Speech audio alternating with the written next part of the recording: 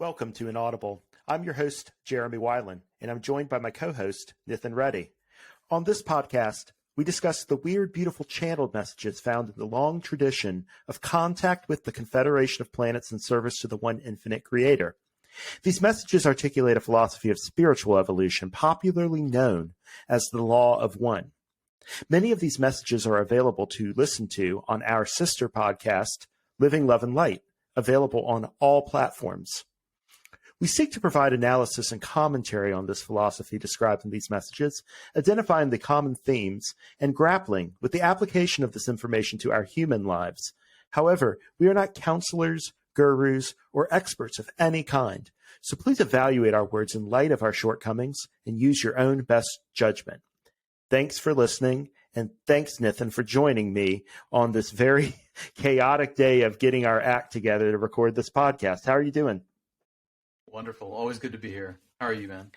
I'm very, very pleased that you have remained chipper as I've put you off more and more and longer today. As you know, we were sitting down to record after many delays, and then all of a sudden I had started having internet problems.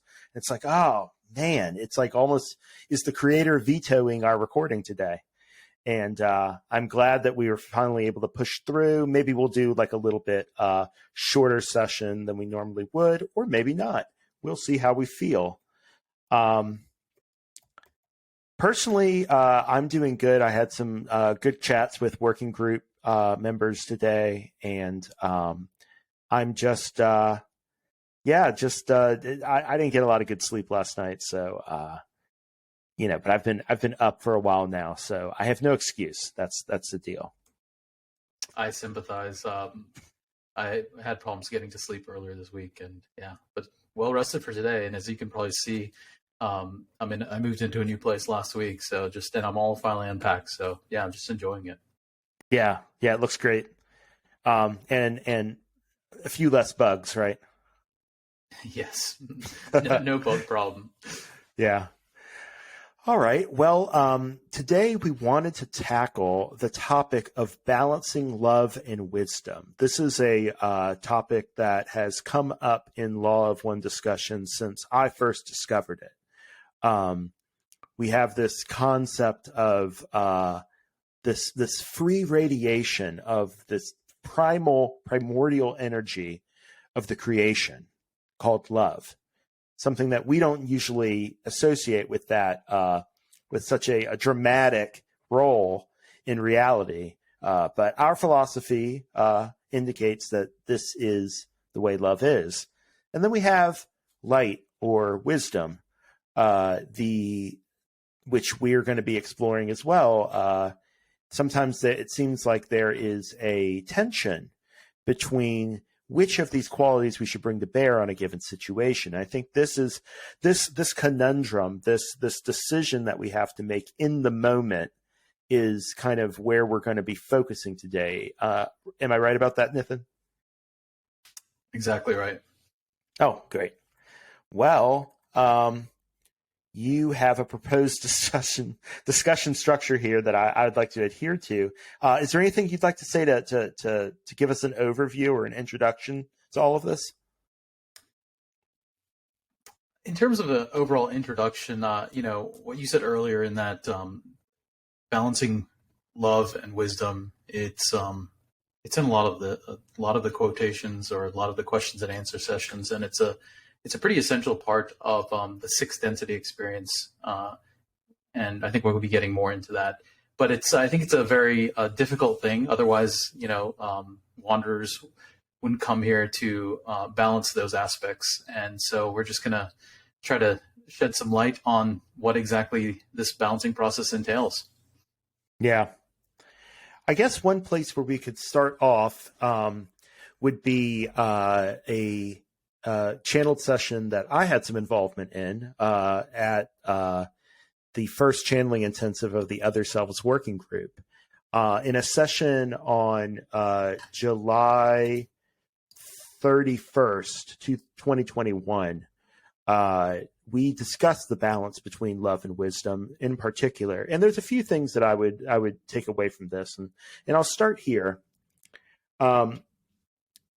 So those of Kuo in this session say, the balance then between love and wisdom comes, at least in part, in an awareness of where one's own resources can be best spent, not merely in the sense of where one's love can be best directed, but also in the sense of how much effort one should put into actually expressing and directing one's love, and how much effort one should put into the gradual discovery, the scientific, so to speak, discipline of coming to understand what the effects will be.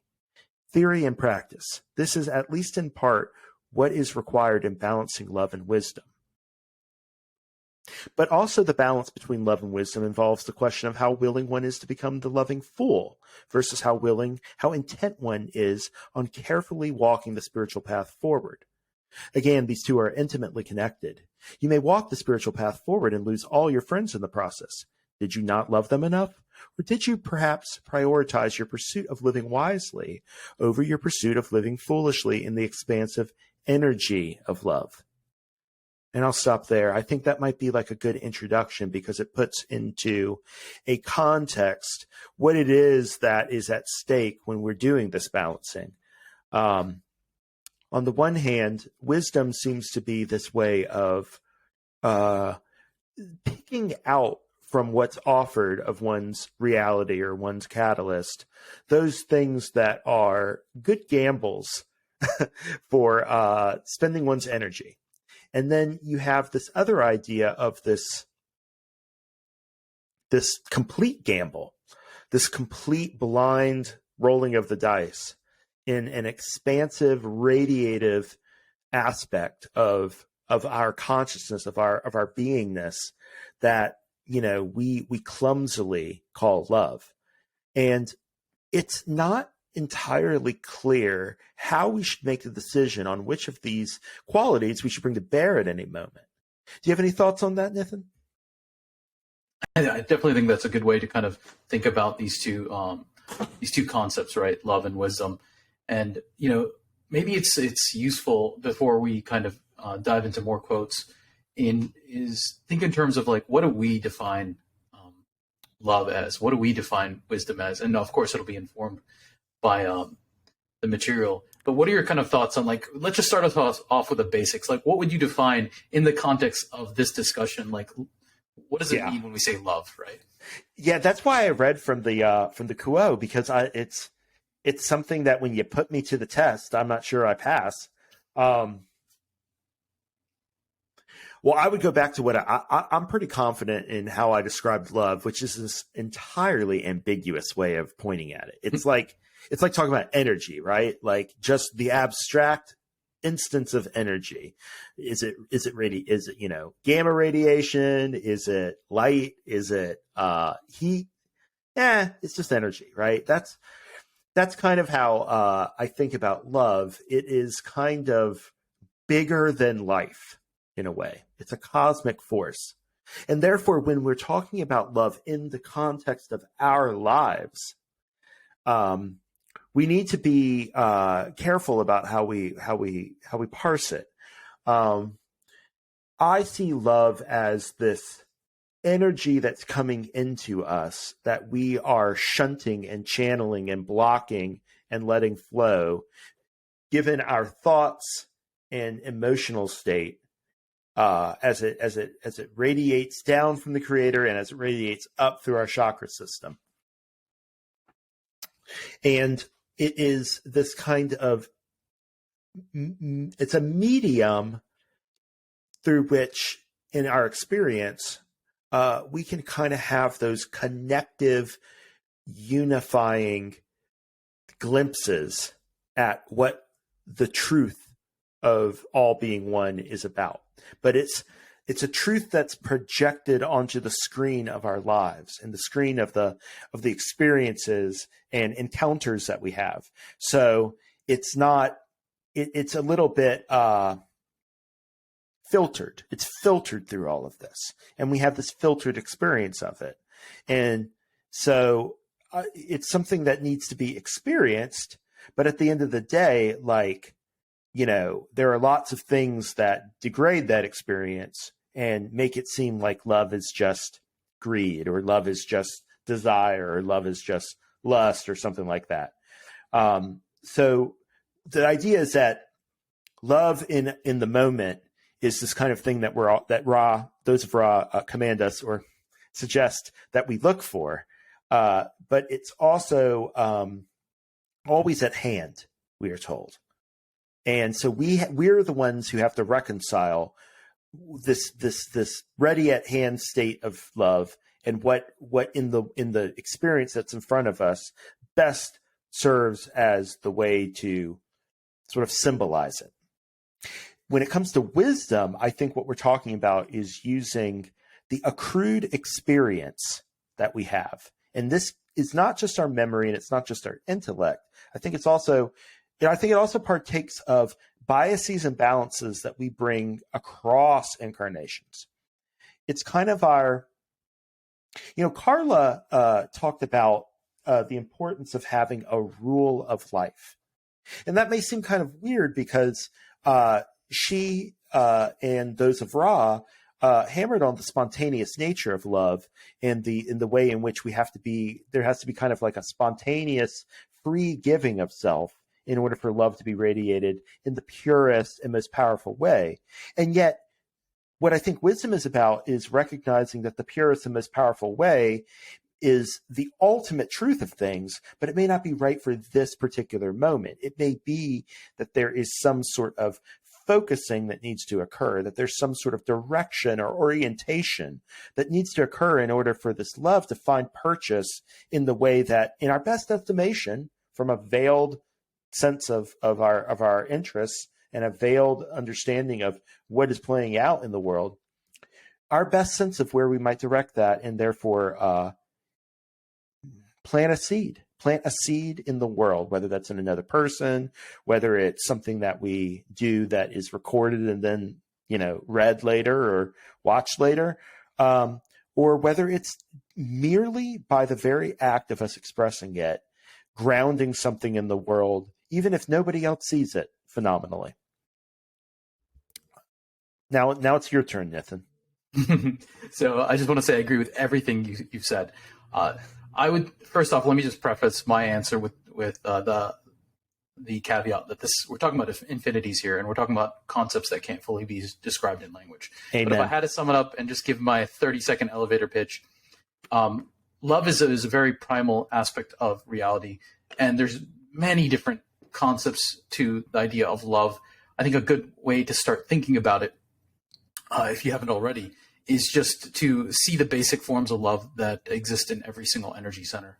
And, red ray, loving life. This is just a brief summary, because you could probably have an entire session on any of these rays, frankly. Orange ray, love of individual relationships and relationship to the self. Yellow ray, love of interactions with groups and organizations. Green ray, love of others unconditionally in the present moment. Blue ray, wisdom, love of wisdom and truth. And indigo ray, I think it gets a little bit more esoteric, like the love of one as the creator in this reality in a certain sense. And violet ray, frankly, indigo and violet ray, I don't know if I can really put those into words. So that's kind of what I would summarize as like a good, quick and dirty explanation of love to build upon what you said. With respect to wisdom is very interesting. I think you can describe it so many different ways. And, I had a thought while you were describing your definition, or, how you would perceive it, is wisdom is really how you exercise your free will in the present moment, or how you plan on exercising in the future in order to bring about your service to the creator. Specifically, generally speaking, service to others, or service to self, or if you're beyond mid-sixth density, I guess basically service to the creator through the law of one, right? Pure law of one without duality. And so what I mean by that is that whenever something happens, the moment of interpretation is a free will aspect, and how you interpret that, whatever is going on, is an aspect of wisdom. But also, in order to serve, usually that means doing. Sometimes it can mean doing something, saying something in the present moment or in the future. That is also an aspect of wisdom, because you have so many choices, right? you have so many choices of how you can interpret a situation, how you can respond in the moment, in terms of physical reality. And, in the future, there's so many ways you can respond. So wisdom is really about, I think, serving in a very physical sense, in a physical reality. And yeah, as you touched upon it, and we'll get into it, there's many quotations from the material about how a lot of times it's not necessarily being overly focused on physical results, right? Yeah. And having kind of faith that what you're doing makes sense, or if it doesn't, that you'll at least learn from it. So yeah, that's at least my quick and dirty of those two concepts. Well, you brought up something when you were talking about love that I wanted to see if it would be fruitful to dig into a little bit. How do you think that last episode we talked about orange and yellow ray interactions. How do you think the chakras play with this balance between love and wisdom? Anything to say there? Yes. So in terms of love and wisdom, I would see it that the love that is described in the balancing process as really the love that is maybe going on through all of the energy centers. With respect to wisdom, I think it also exists at every single energy center because, in the raw material and the other material, it talks about like the red ray has, red sub orange, red sub yellow, red sub green. All the sub rays are present in any given ray. But wisdom, I would say, is more focused on green, blue, and indigo, in my understanding. Although definitely there's aspects of red, orange, and yellow. And the reason I say it that way is that we'll talk about quotes that mention that wisdom is not being attached to seeing results in physical reality, right? And to me, red, orange, yellow is something very physical. And if you're not as focused on seeing results on physical planes, to me, it kind of says that it's more weighted toward the, upper chakra, so to speak, the upper rays. It's of a less physical nature. I was surprised that you included green ray in wisdom. Yeah, it's. I was thinking about this the other day. I think in preparation for the session, and I originally wasn't putting wisdom in green ray, but there is. I think as you get to the higher levels of green, right, between green and blue, green does impact blue. There's the connection is too close because I believe in order to truly love someone unconditionally, you have to love their exercise of free will. Now, obviously, if you're raising a minor child, even the raw material talks about that there's a certain amount of discipline. It actually uses, I was reading the quote the other day for this session, and I don't think I included it here, but it was talking about it's appropriate for a parent to teach its child the ways of service through some form of discipline, not necessarily I don't think it meant punishment, but not just letting the child do whatever, basically.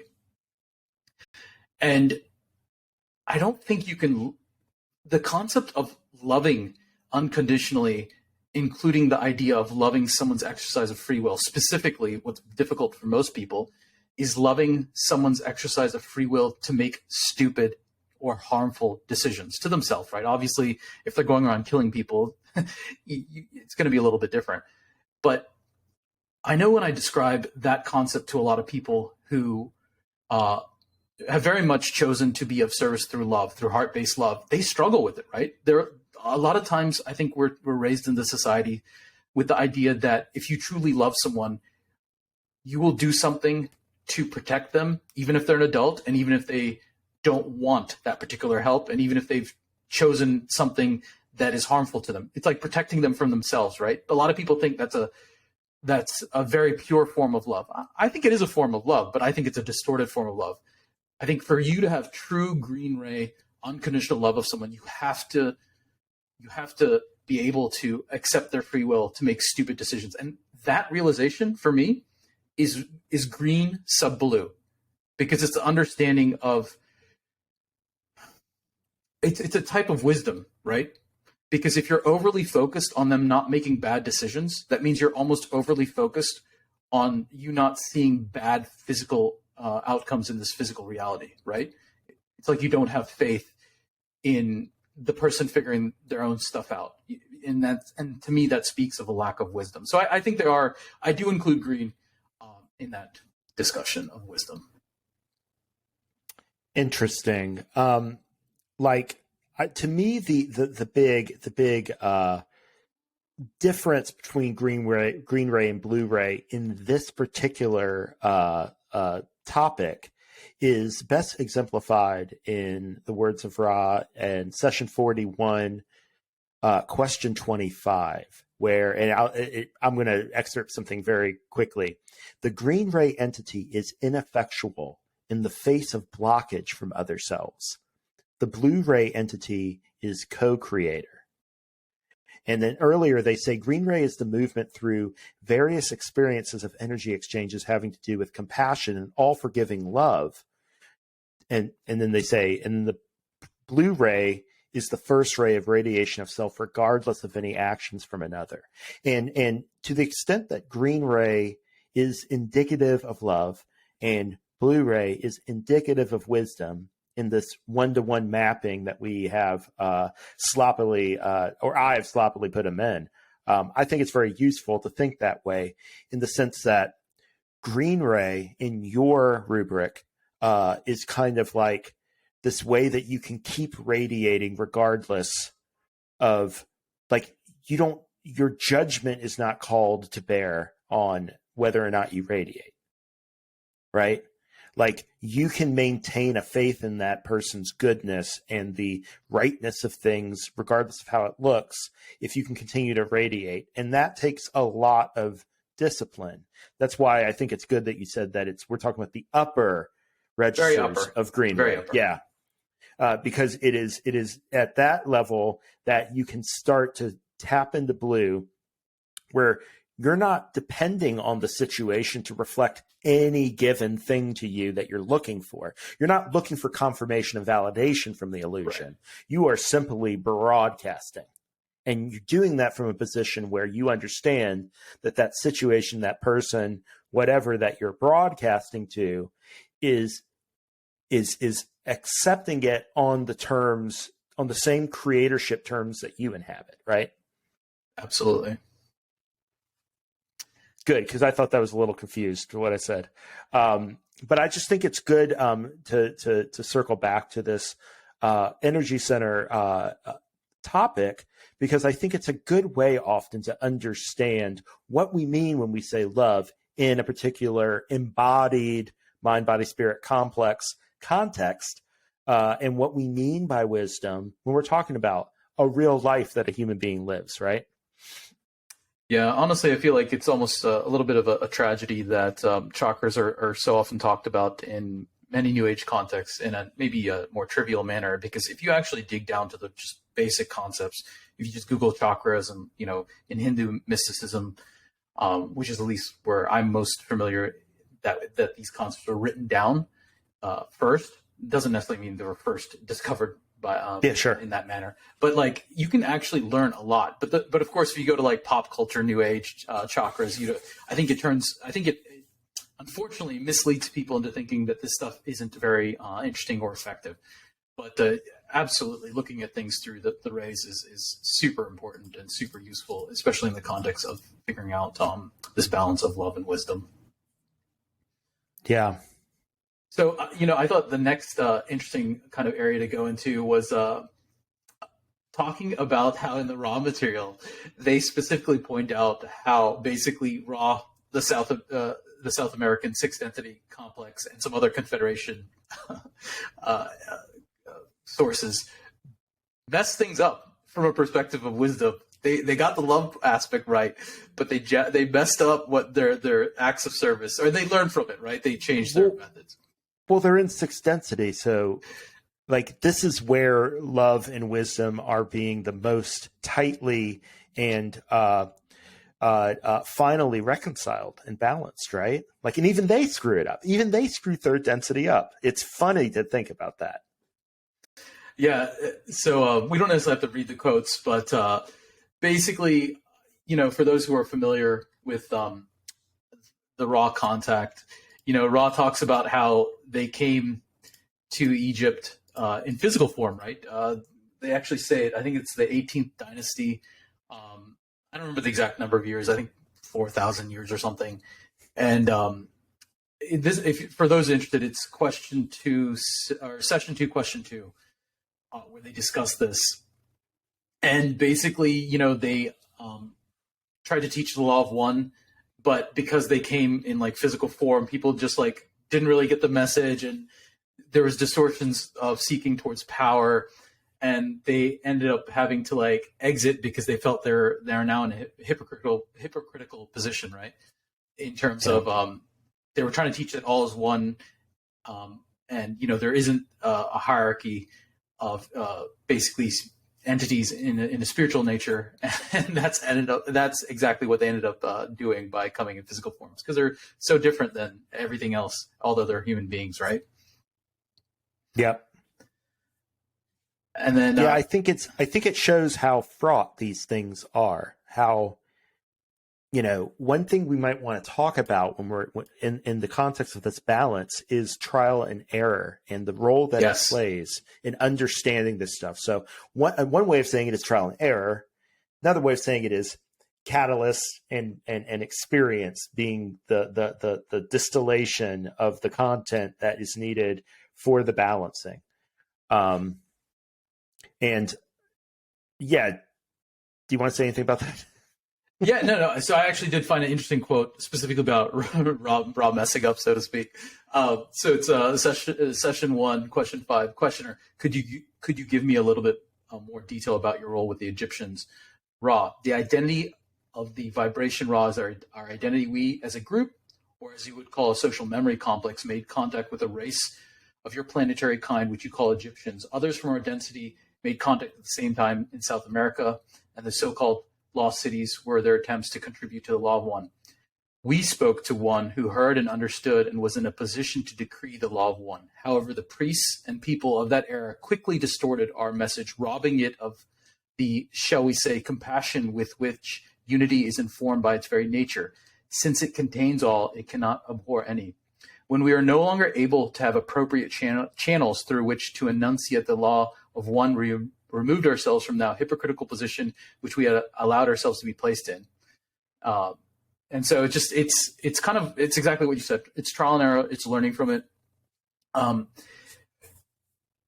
think, though, if we were in Ra's position and we could kind of analyze the thought process that led up to that decision to come physically, there'd probably be other deeper realizations as well.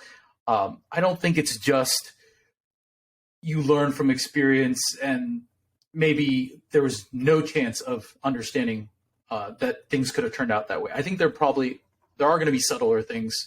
Maybe even in this case, Ra was overly focused on seeing results in physical reality. And so they're like, hey, we got to come there, physically, and that's how we're going to get stuff done. I don't know. I just think that it's not mere trial and error.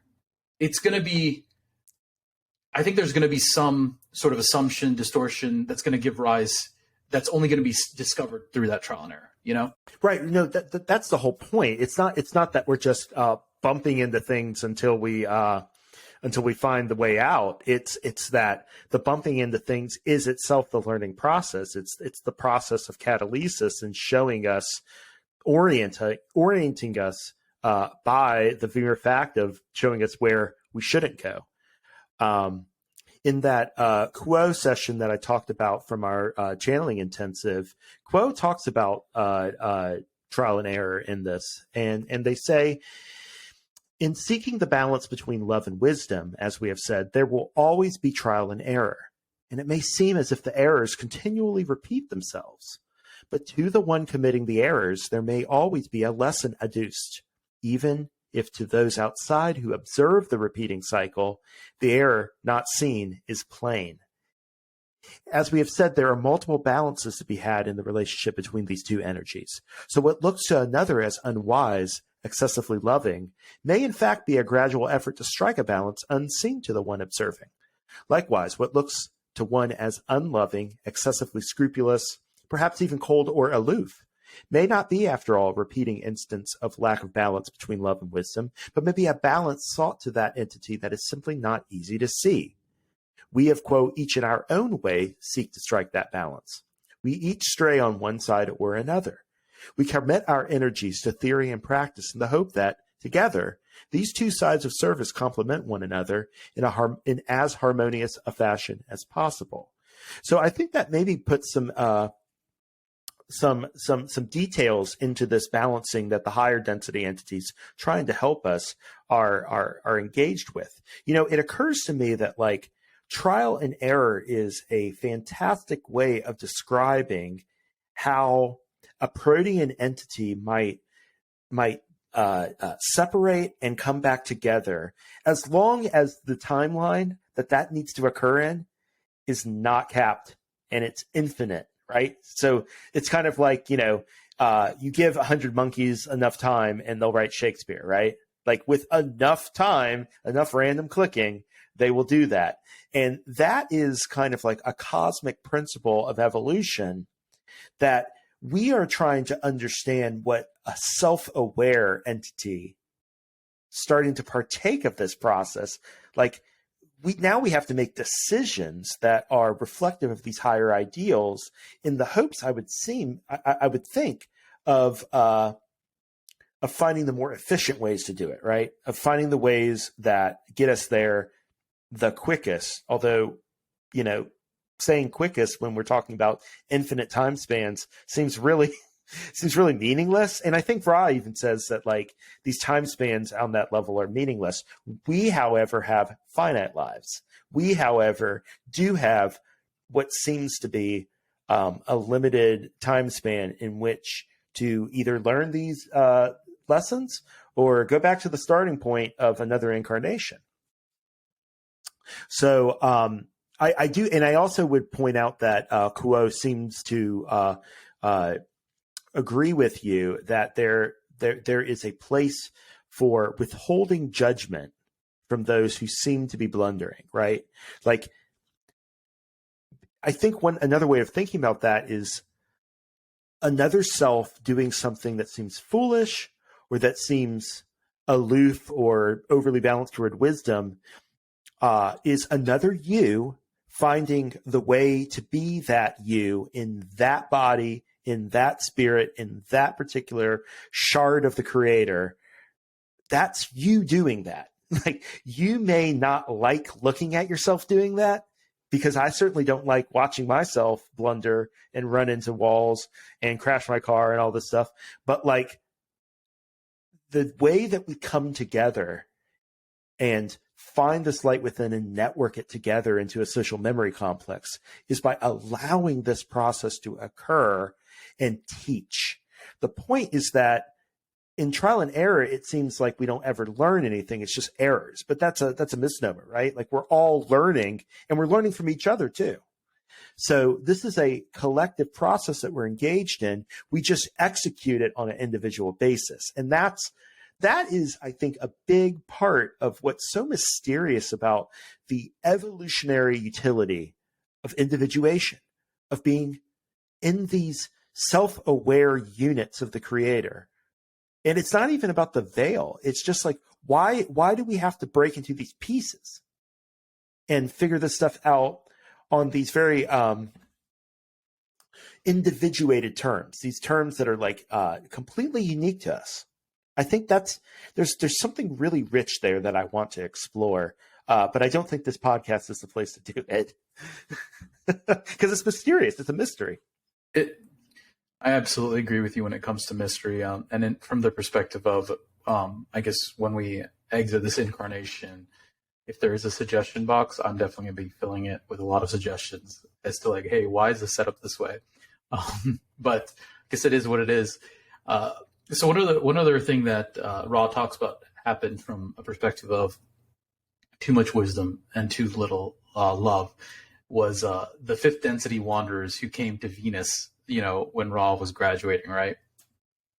You remember that? I think it's very interesting. So yeah, basically, I'll read the quote. It's pretty short, but for those who are not familiar with the quote at all, so Ra talks about that basically during the harvest of Venus, you know, Venus went through a third density phase where it was habitable on the surface. I think they say 2 billion years ago or something. And I think on that planet it was a pretty small harvest, maybe a little bit more than Earth, but it was something like 20% was harvestable after 75,000 years. And as we're coming up on that period of time, there were two positive wanderers who felt that basically they actually felt that there was not enough wisdom, and that if there was more wisdom, then I guess more of the third density Venusian entities would be able to be harvested. So they kind of incarnate, and when you incarnate into physical reality, at least in the solar system, supposedly there's a strong veil. So they enter incarnation, and they kind of forget a little bit about who they are, right? But they still want to help people polarize, and so basically they meet up, the two wanderers, and they basically start waging holy war, and they actually are able to. I think they actually did say that there was they helped a little bit with people, or with the entities that had not yet fully polarized. They actually did help them polarize accidentally a little bit towards a negative, and they themselves were harvested negative, which they weren't planning on doing. So basically, it says, Ra. This is session 89, question 35. Ra, in our peoples, there was what may be considered from the viewpoint of wisdom and overabundance of love. These entities looked at those still in darkness and saw that those of a neutral or somewhat negative viewpoint found such harmony, shall we say, sickening. The wanderers felt that a more wisdom-oriented approach of seeking love could be more appealing to those in darkness. So they're kind of going there to help the neutral or negative-leaning entities to find the positive path. First, one entity began its work. Second, quickly, the second found the first. These entities had agreed to serve together, and so they did, glorifying the one infinite creator, but not as they intended. About them were soon gathered those who found it easy to believe that a series of specific knowledges and wisdoms could advance one towards the creator. The end of this was the graduation into the fourth density negative of the wanderers, who had much power of personality and some small deepening of the negatively polarized element of those not polarizing positively on the planet. So it's very interesting that it seems that wisdom, where wisdom can go wrong is when you're overly focused on a particular outcome in physical reality, right? Even in this case, where the positive wanderers were like, hey, we want to help out. We really want to help people learn more positivity, and they go there and they focus too much on maybe seeing changes in physical reality, or just they're too attached to seeing something in physical reality, and it ends up turning them negative, right? Absolutely. I had just taken some notes to hit just this note. It's like the overbalance towards wisdom is when you start clinging to a specific approach, and yes, in order to achieve a specific outcome. And there is another side to wisdom that the Buddhists often talk about, which is the wisdom of refraining, right? Of thinking twice, of not recognizing the illusion of urgency that we always feel like something, the illusion is great at creating the sense of stakes. We have stakes in our life, in our livelihood, in our relationships, and all these things are fragile and can be lost. And so there is a part of us that wants to cling to that. In fact, I think that's maybe even a part of us that we innately bring through from second density. And then wisdom, the ability to abstract and intellectualize these things, codifies that into like a set of specific understandings, like you quoted Ross saying. The wisdom of refraining is to be able to like not feel pressed by that need for outcomes, and instead to be able to see the kind of trajectory of things and like take it in, buy yourself time to think and feel this stuff out. Because what wisdom can't give you is that spontaneous inspiration to move in a direction, to take an action, to refrain from taking an action, to have a thought that then changes the way you see everything. That's love. And wisdom, I think, properly understood, makes space for love, and then it gingerly and carefully and delicately directs it based on one's best judgment, right? Like at the end of the day, we try to channel the Creator's love and light into our lives, but we also recognize that it's through the mechanisms of our mind and our body and our spirit, none of which we have perfect command over, none of which we understand the mysteries of completely. And so there will always be that trial and error part that if we are going to cooperate with the Creator and not fight the Creator, we have to make room for it, and we have to accept.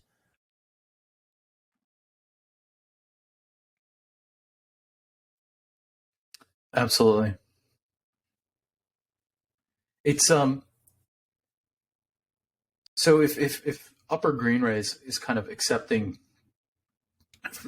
free will decisions of other people, there's a part of the blue ray that maybe goes to indigo. It's almost like accepting unconditionally all configurations of physical reality, and that's hard, right? I mean, if you read the raw material, and I like the raw material more for its philosophy on life, on existing. I personally don't get caught up in whether its claims about physical reality are true or not. Like, okay, what happened on Mars? Okay, Ra has an opinion or information regarding that. What happened on Maldak? But assuming those things are true, Mars was inhabited by third density beings that waged war and rendered the surface uninhabitable. Assuming that Maldak, right, the asteroid belt, was a planet, and that third density beings, which Ra says specifically thought that they're being service to others when they started a war, but they're actually being more service to self and destroyed the planet. It's really hard, I understand the philosophy, but even me, if I'm like, someone asked me, like, hey, how do you feel about planets being destroyed with, billions of lives on them? It's hard. It's hard for me to sit here and say, yeah, I kind of accept that as a configuration of this reality. It's just really hard, right? You want to take action. You want to force your vision of the world or of the universe onto a planet that might be destroying itself and be like, no, I'm going to stop that. No matter what it takes, I'm going to stop that. I don't care, right? I don't care if I have to go I don't have to care if I have to use negative philosophy to stop that.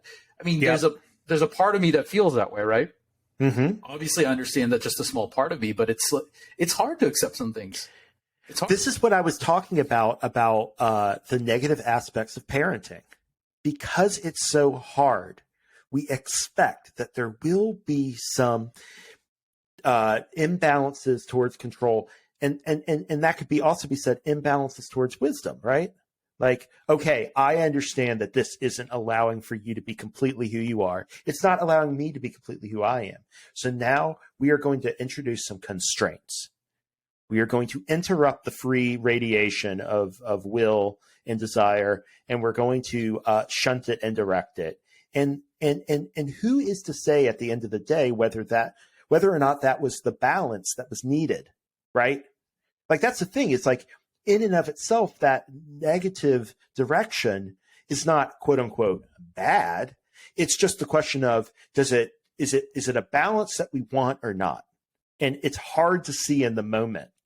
What you're talking about was something that those of Monka mentioned in the session earlier this year, January 15th, when they said, so when you encounter difficulties in the balance between individuals and a group, it's in the context of the, group politics and stuff like that, but I think it applies here. So when you encounter difficulties in the balance between individuals and a group and feel that the power is misdistributed, that only the assertion of a single self, you, can correct that imbalance, we would ask that you pause and take a moment to get over yourself. And they happen to mention that they're looking right at the instrument, which I don't know who that might be.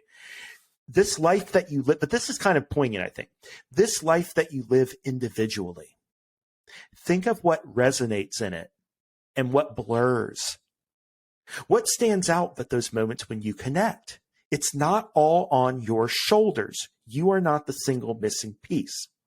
And that feeling that we have of urgency to act and to foreclose on the unfolding of love spontaneously occurring in the moment, that fear that motivates that is part of wisdom, that ability to see the way things are going and to try to make and try to introduce an interjection to step in and to sort of introduce a constraint. That's the best way I can put it. It's like this love goes everywhere as a protean entity only can. And then something about who we are in the illusion introduces like a stop to it that then changes the balance of things. It changes the way that all the things are flying in the air.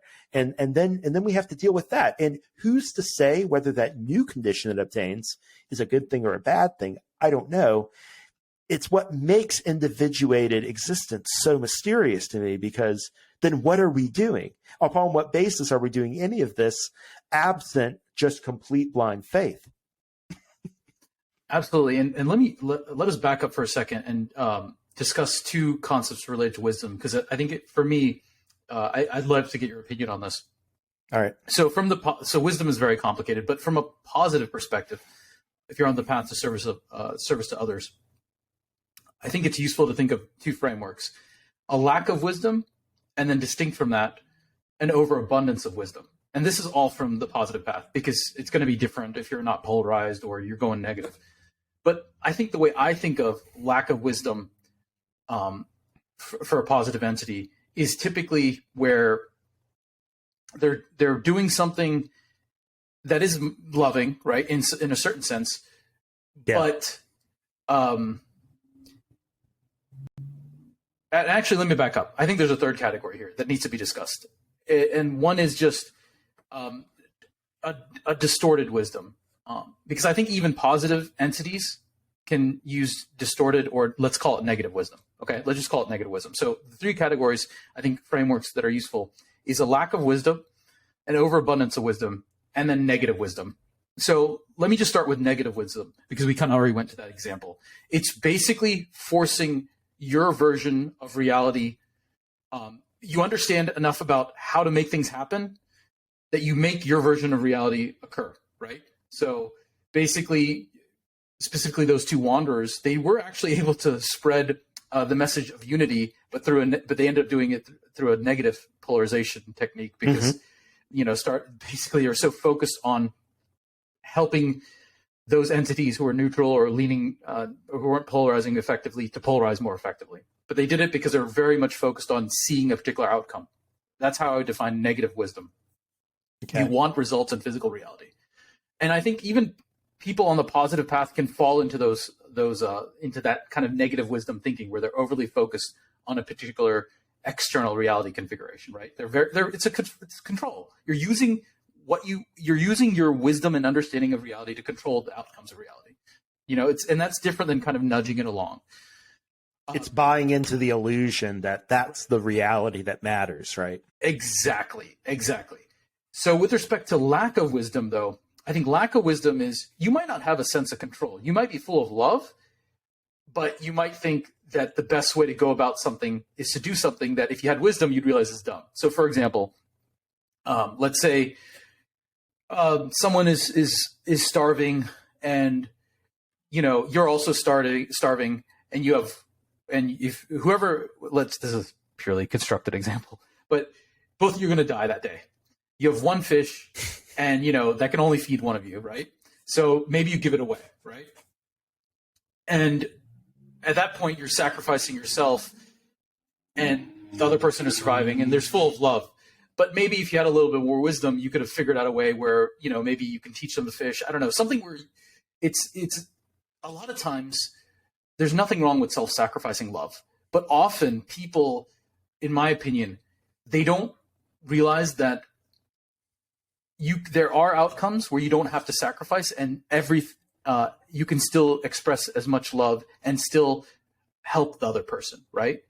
Without necessarily sacrificing yourself. Okay, so a common example I brought up in the past is if you're doing a job that is really helping other people and you're burning yourself out, right? Long term, you're actually going to help fewer people than if you don't burn yourself out. Don't work 80 hours a week. and realize, yes, you might help out fewer people if you only work 40 or 50 hours, but you might help fewer people in the next few months. But in the long term, if you don't burn out, if you're at this job for 5-10 years, you're going to be helping more people, right? Yeah. So it's this idea that both are loving, but one is informed of wisdom. So that's what I see, lack of wisdom. Now, what I would call an overabundance of wisdom from the positive perspective is where there's just not much love there, but there's a whole bunch of wisdom. So it's kind of like, hey, it's all good. Everything is the creator's will, which is true. So if someone's starving, hey, it is what it is. I don't necessarily have to help them out. But you can only come to that conclusion if you're really, really, really de-emphasizing the love aspect, right? And Ra even talks about when someone's starving, even if there's a reason for that, the appropriate response is to feed them, right? Absolutely. So what are your thoughts on kind of like using those frameworks to kind of navigate thinking of wisdom? The overabundance of wisdom one is easy because it's just simply a lack of compassion. It's trying to use what one knows about the nature of reality, about the nature of oneself, all of these like kind of instrumental concepts that one can put into motion and affect one's will on the world to some varying extent, right? It's doing all of that in a way that's it's not allowing the catalyst of the creation to penetrate one's heart. Yes. It actually in some cases might be a fear of feeling bad. And that if you just think that, well, there's a way to win the chess game in every situation, I don't ever have to deal with the fact that I might lose. Right? But the bottom line is that we've all lost before. And it's one of the most educational experiences you can have is losing the fight, losing the game, losing the battle, losing the argument, and having to reconcile that. You learn so much from that. It's actually a wisdom builder in addition to a way in which you get an experience of what all other people deal with too. Like this experience of loss and regret and sometimes even humiliation. Like these things connect us because we all have felt them. We all have felt them. And they can connect us just as much as love and victory and celebration. All of these things connect us too. Like we can find each other in all of these things.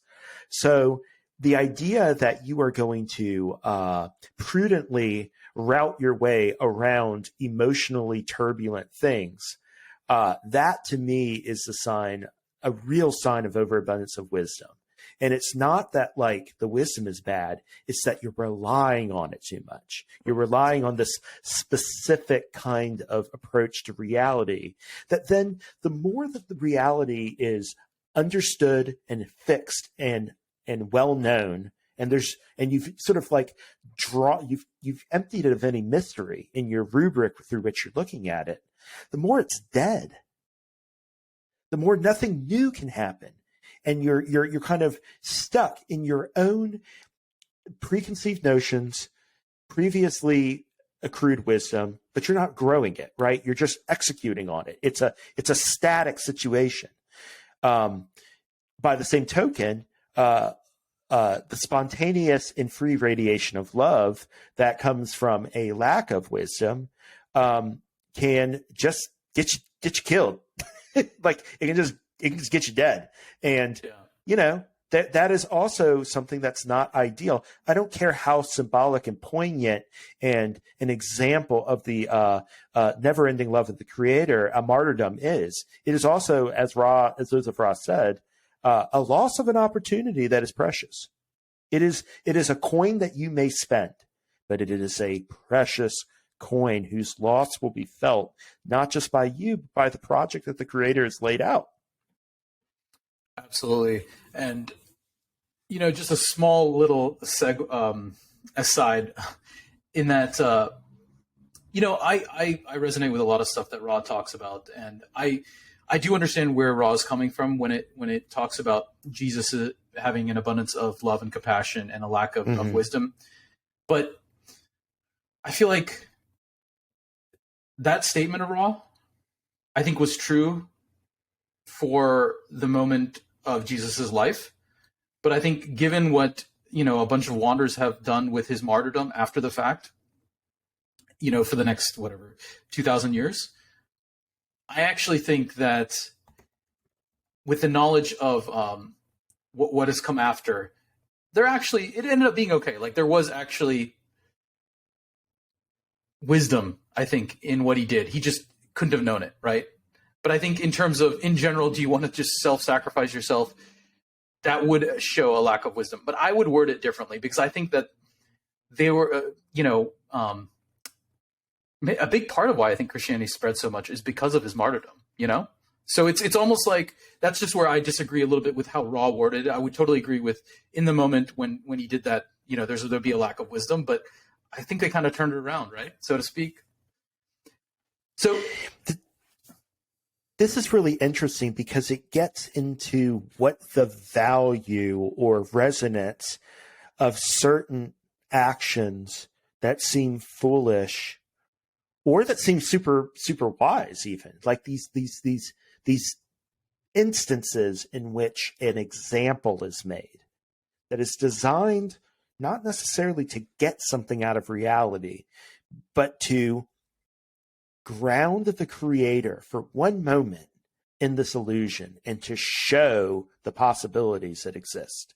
Because, for example, giving your life breaks the illusion for people that it's all about surviving, right? It breaks that. How could he do that?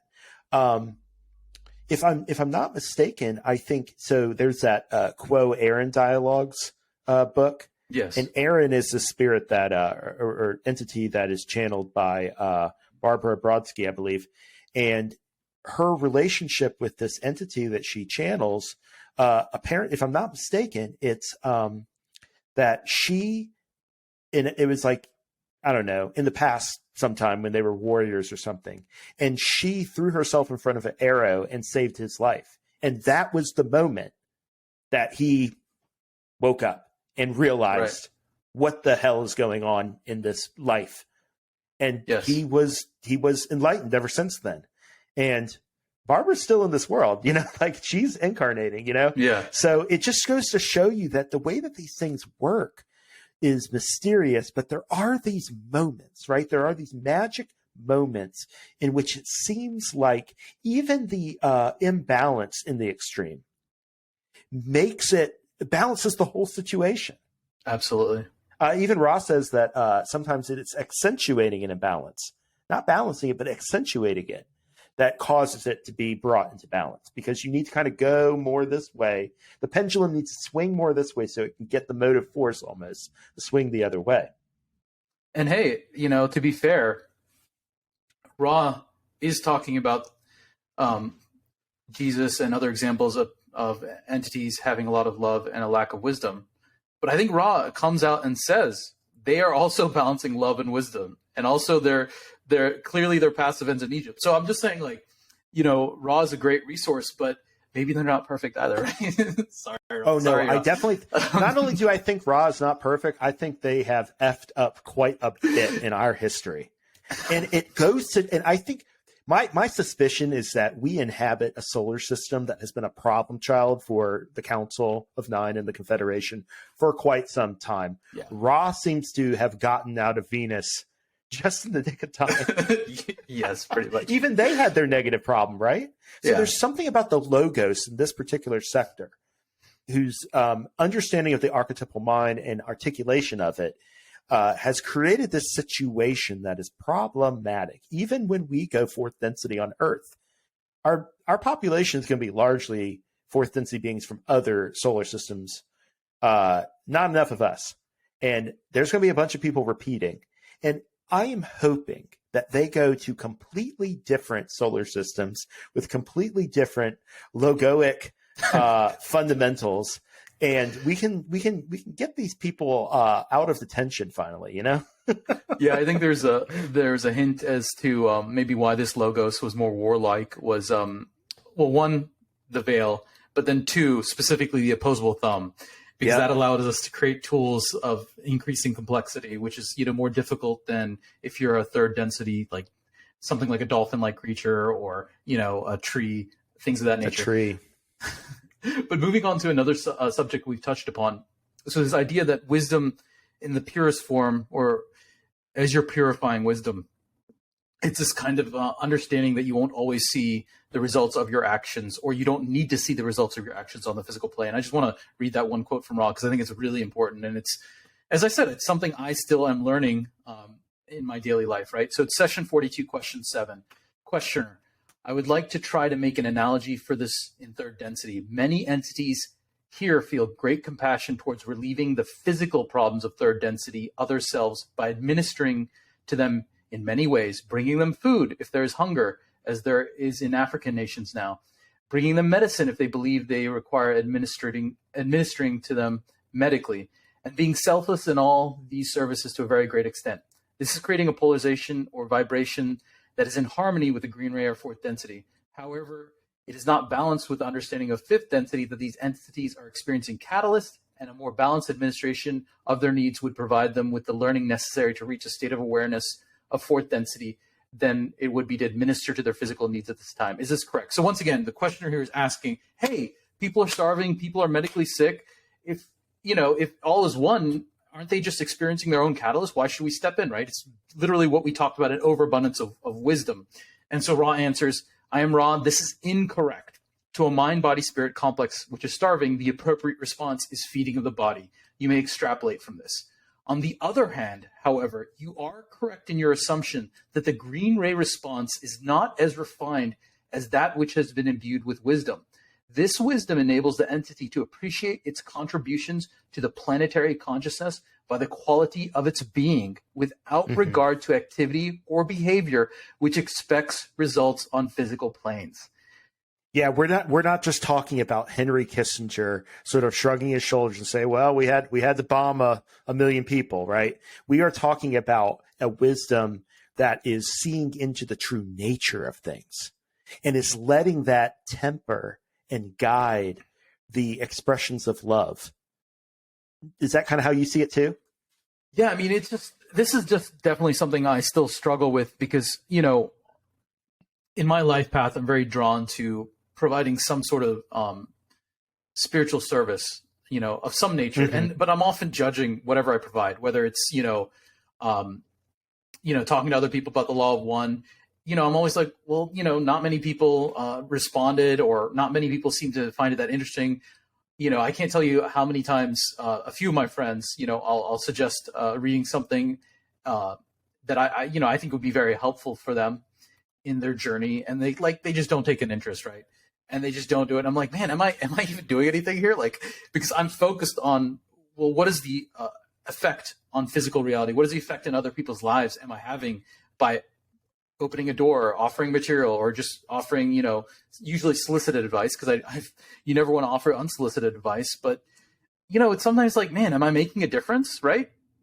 And you often look to physical reality. It's hard. It's hard to say, you know what? I'm going to appreciate my contribution to the planetary consciousness by the quality of my being. I mean, that's just hard. I don't think so. To call that wisdom is really strange in a way, right? Because you would think that would have more to do with faith. So I think faith is very interrelated to wisdom.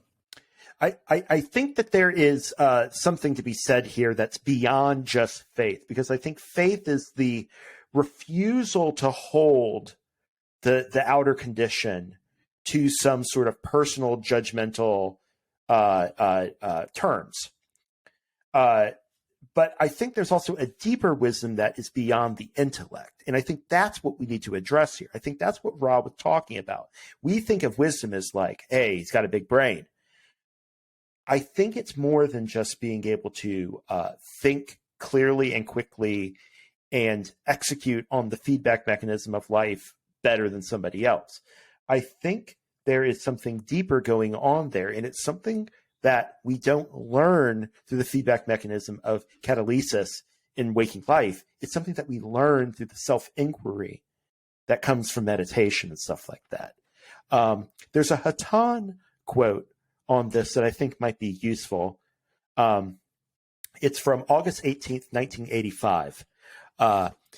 Hatan says, as the conscious mind seeks in a more and more efficient manner, fueled by the continuing great desire to know the truth, The information gotten by this search, then, through meditation, is passed through deeper levels of the unconscious mind and attracts that which resonates in frequency with it, further accelerating the conscious recognition of the process of evolution that is being experienced in the day-to-day activities of the more and more conscious seeker of truth.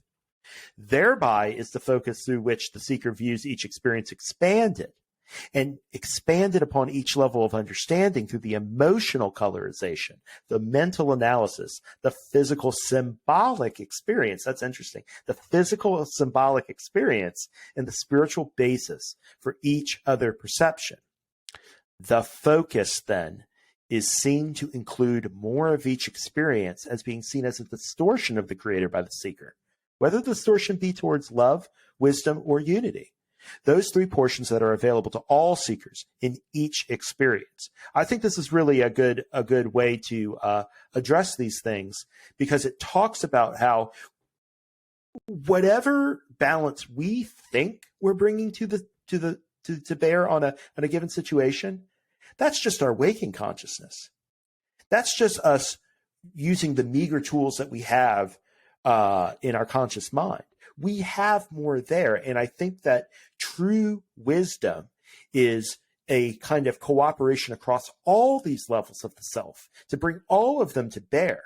And it might not even be like a prudence of judgment or mentation. It might be something that feels like intuition or feels like a spontaneous action. And it might have the love involved in it, but it comes from a deep area. And I think this gets back to the connection between love and wisdom that I originally questioned you about. Yeah. The concept of like intuition being involved in an aspect of wisdom where you kind of follow that part of your being that is not, you don't have conscious access to is absolutely, I think, a key element of it. But honestly, it's an area that I'm still learning about. So it's difficult to be able to describe to others. And sometimes you still feel foolish. But I think it was, that was a quote where you earlier mentioned, it's like, to act without fear of being a fool, right? So it's very interesting. Being willing to feel like a fool and thereby learn and absorb the lesson instead of be like, no, I was foolish. That happened because I made a mistake, and throwing it away, right? Right. So one of the final areas I wanted to discuss is kind of our personal experiences in balancing love with wisdom, or at least it doesn't have to necessarily be personal. It can be stuff that we commonly see. And we've already gone over a few, like the burnout example, right? Sure. But,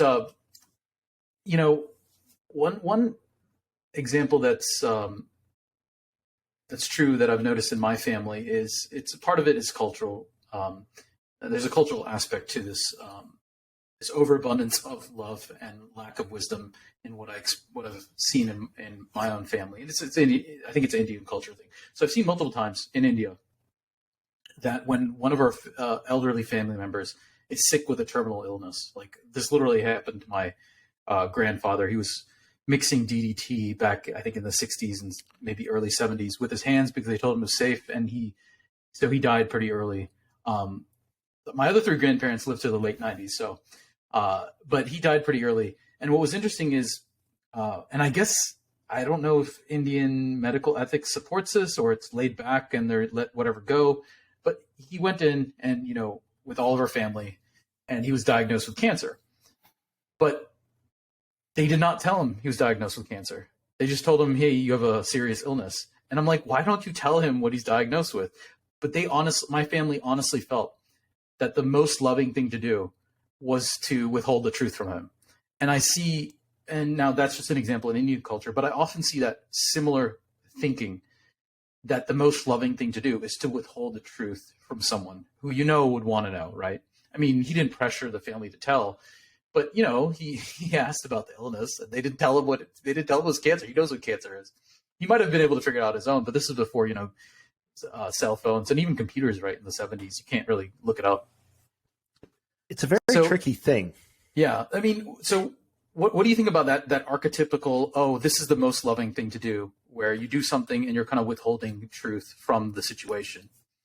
What makes it wise or loving is a matter of deep personal inquiry, because I'm not casting any aspersions on your family here, but I know that I have withheld the truth from people because I think it's the most loving thing to do. But I wonder if there was also an element of, it's also the easiest thing for me to do. Right. It saves me from having to have that, to break their heart and therefore to share in that suffering. So I think the issue is that this self-inquiry and self-knowledge that stems from things like meditation, allows you to understand your own motivations so that wisdom doesn't make you deceive yourself. Right. Like, I think there's a lot about wisdom and an intellectual template to reality, and sort of like trying to think that you can like hack reality by, like, you know, cleverly exploiting the rules or the laws or what have you, that allows you to think that you can, like, avoid pain. Yeah. In fact, I think a lot of people say that negativity and evil come from this desire to avoid pain instead of to take it in and feel it completely, and to understand that that's part of the deal. If you want to feel joy and pleasure, is you have to feel pain and loss and fear. Yeah, you have to open yourself up to all of it. And, you know, I mentioned the concept of truth, and I think it's related to wisdom, but I think a lot of people get it wrong, or at least the way I see truth. So when I use the word truth, it can mean, like, what you're saying is literally honest. But I think truth on a deeper sense is that you're basically expressing concepts and you're acting from a place where you understand the unity of all things at some deep level. So the reason I mention that is, this actually came up when I was doing my MBA, and I took a business ethic class, and we did an essay. I think I chose to do an essay on, I think, the nature of truth. And I said, look, and we always go to these horrible examples for what I'm about to talk about. But I said, look, if you're living in Nazi Germany and you're just a citizen, a civilian, a non-combatant, and you're hiding people of Jewish descent in your attic, and, you know, the Nazis come knocking on your door saying, hey, do you have any Jewish people in your house? I think the most truthful thing you can do, and the most wise thing you can do, is to say no, because truth is more than just surface level, whether you're being honest in the moment or not. It's about whether you're simply veracity. Yeah, it's not simply veracity. It's whether you're expressing a universal truth of unity in your actions and words. And the greater truth is that people should not be killed because of their ethnicity or religion, right? So I just want to be clear that, you know, I think a lot of people are just like, you know, they get overly focused on the veracity. Now, you shouldn't use what I just said to, like, oh, I can tell white lies every single time I want to. No, it doesn't work like that. But I think I just wanted to mention that because sometimes people get overly focused on veracity, which I don't think really captures what truth is. Now, truth and veracity often go together. So I think it's very rare that they don't, but it's not mere veracity, right? Well, it strikes me that if you're living in a totalitarian, racialist society, you're already on a daily basis engaging in untruth and falsity and the path of that which is not. You're seeped in it every day. What the right thing to do is not at all clear, and one should have compassion for oneself on that. And this also gets back to the fact that sometimes negativity is necessary to balance things. Like, I consider it completely mysterious what the appropriate thing is to do in any situation. And that may be an unwise attitude, but it keeps my eyes open. And I am hoping that, like, it will help me to stop jumping into my preconceived notions, which I have a tendency to do, and to sort of buy myself time to think, because I can feel very harried and do things off the cuff. If you're living in a totalitarian society, you feel very harried. You feel always under duress and all of that, right? So you're not making your decisions in your best self anyway. And it's like, you can talk about stronger, truer individuals and weaker, more selfish individuals. But at the end of the day, from the point of view of the social energy complex that we all partake of and that we all get our senses of self and individuality from, we're all affected by all of it. And all of this stuff plays into it.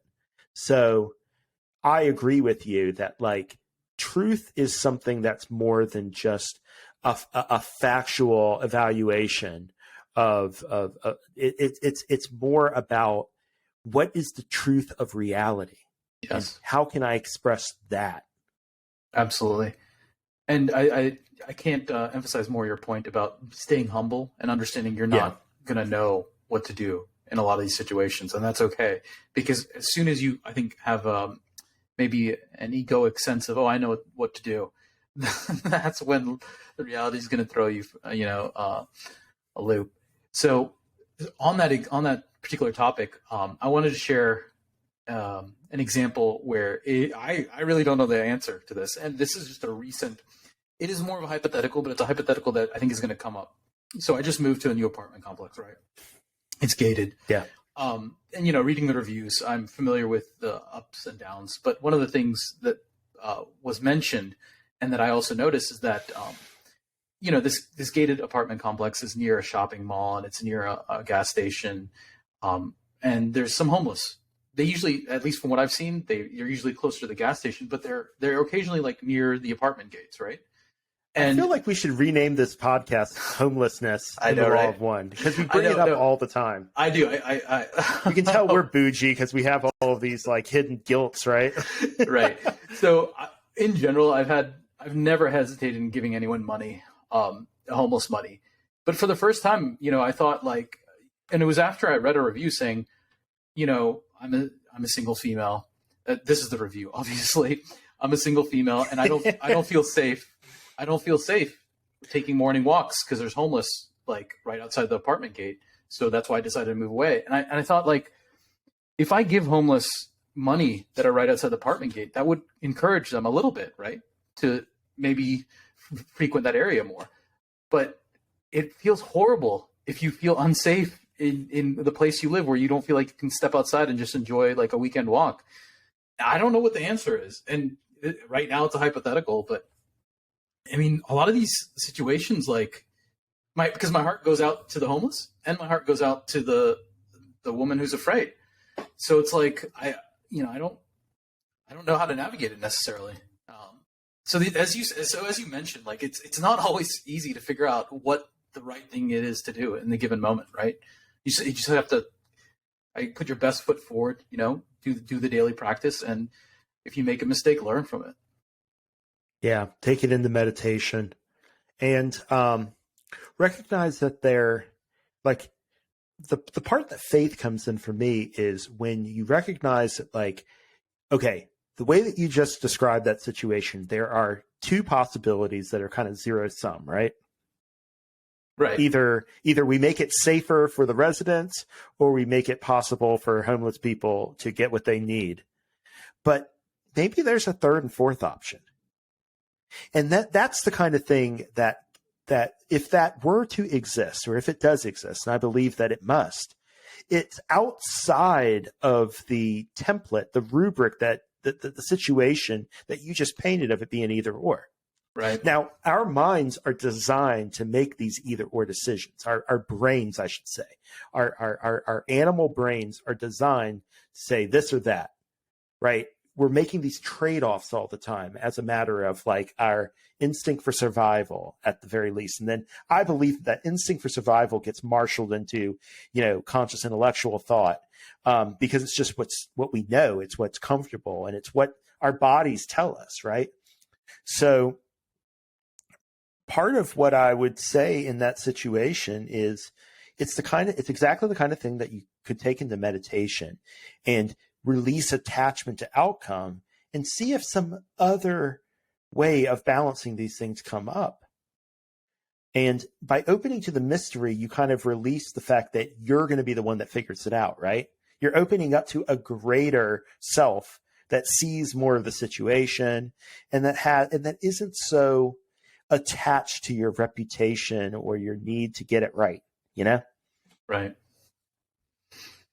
Because we want to do the right thing. We want to do the right thing. It's very, very human. We're never going to get rid of our desire to want to be good people. Absolutely. So we have to work with that. And just so you know, I'll probably be talking about these homeless stories either more or less, because I'm starting to volunteer with an outreach program at a local nonprofit. So specifically with respect to housing and homelessness. So maybe that's it. I say, hey, we really need to come in my area and do the outreach here, right? Maybe that's the third option. I'm going to see all the haters. Watch out, because we don't just talk about homelessness. We actually do something on this podcast. So, any examples from your life or that you've noticed about the difficulty in balancing love and wisdom? Yeah, I should have thought of something before I came in. I think a lot of it has to do. The thing that I thought of was very similar to do you tell somebody that their ass is hanging out, or do you allow the situation to kind of play out and let their feelings not be hurt? I've had a lot of situations like that with my wife. I've had a lot of situations with good friends where honesty is not really appreciated. And I struggle with that all the time, because it seems like to me in that scenario, it's an either or thing. And regardless of what happens, I'm responsible. I think that's the illusion. I think the illusion is that because you're the only entity over which you have any kind of direct command and control, you feel that your actions matter more than other people's actions. And subjectively they do, because they're the ones that you're in control over. But at the end of the day, some of these situations are not about you. They're about bigger issues working themselves out. And it's not so much that means there's a decision to be made one way or the other, but the point being that this is a learning opportunity not just for you. This is a learning opportunity for the creator. And it might be a learning opportunity for the other people involved. And so you have to, once again, engage in that process of introducing yourself to yourself through meditation and contemplation, and being able to sit with things that are uncomfortable and find out for yourself how uncomfortable they really are. I have found that a lot of times I feel good about speaking the truth, even though it does cause some momentary distress, because I value very much, and I think the people who are friends with me value very much, most of the time, the fact that they can count on knowing where they stand with me at any given time. And I'm not going to blow smoke up their ass one way or another, even if that means that we have some temporary friction between us. On the other hand, I do think that my judgment of situations like this is often governed by a personal and idiosyncratic sense of propriety. And sometimes it feels very selfish to interject into things just because they elicit an emotional reaction or discomfort of some kind in me. The point of acting on the world is not to make it safe for yourself. Right. The point of acting upon the world is to serve. And look, it is completely ambiguous from moment to moment whether your actions are motivated by a desire to serve others or serve the self. And we fool ourselves all the time in this. I really, truly believe that. The ideal landing spot for that balancing act, I think, is to have compassion for yourself and others, and to recognize that all is well, regardless of what appears to happen phenomenally. But what I just articulated, is that not a form of wisdom? Is that ability to reorient the self, even when one is being blown about by an emotional sensation, or a feeling of urgency, or a feeling that something needs to happen now, is that not a form of deep wisdom to say it's okay? And this is what I always hammer on. It's okay that you feel bad. Just because you feel bad right now doesn't mean you're wrong. It doesn't necessarily mean the situation is wrong. It doesn't mean there's something wrong with somebody else. And by the same token, just because you're feeling great, that doesn't mean everything's great. They're just feelings. And they're telling us stuff about ourselves, chiefly, that if we understood it completely, it wouldn't be registering as catalyst at all. The very fact that it stands out to us is something that sticks in our craw. And that's just not right. Like, there's just something not right about this. That makes it something to be worked with. It makes it juicy. It makes it tangible. And like, now we can get our hearts and our minds around it and really engage in this, what is sometimes trial and error, bumping around to find the right path forward. And sometimes you're given grace. I would say, if I had to give somebody advice, be open to it all. Be ready for any of it. Because that's one thing that you can say about life, is that it comes at you fast, whether it's good or bad. It certainly does. It certainly does. Well, I think we definitely covered a lot on balancing love and wisdom, and something that I think all of us are, at least as wanderers, continually try to focus on. Yeah.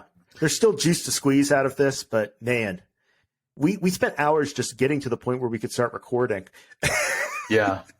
So I think we can have some compassion for ourselves and say, you know what? We can always record Balancing Love and Wisdom Part 2.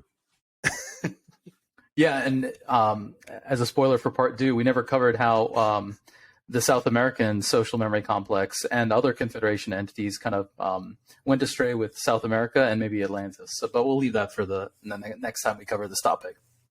Oh, man. Did they do right or wrong? Who knows? All right. Well, thank you so much for joining me on this. And thank you for your patience all day. It's been up and down all day, and you've been rock solid. And I really appreciate how much direction you give this podcast and the investment you make in doing the research and stuff like that. It is super helpful. So glad to have you, Nithin. As always, I love being here. Thank you, Jeremy. Yeah. And thanks to the listeners for listening to this podcast. We're here for you. So if there are any things you want us to talk about, let us know. I haven't forgot about the sinkhole of indifference topic. That will happen at some point, but we have actually quite a few topics that we want to cover. And we're going to be having some guests on a few episodes coming up to talk about different topics. So stay tuned. We're going to try and be on a good schedule. We're getting ahead of the curve now, and that's going to continue. So we appreciate y'all. Keep listening and stay in the love and light.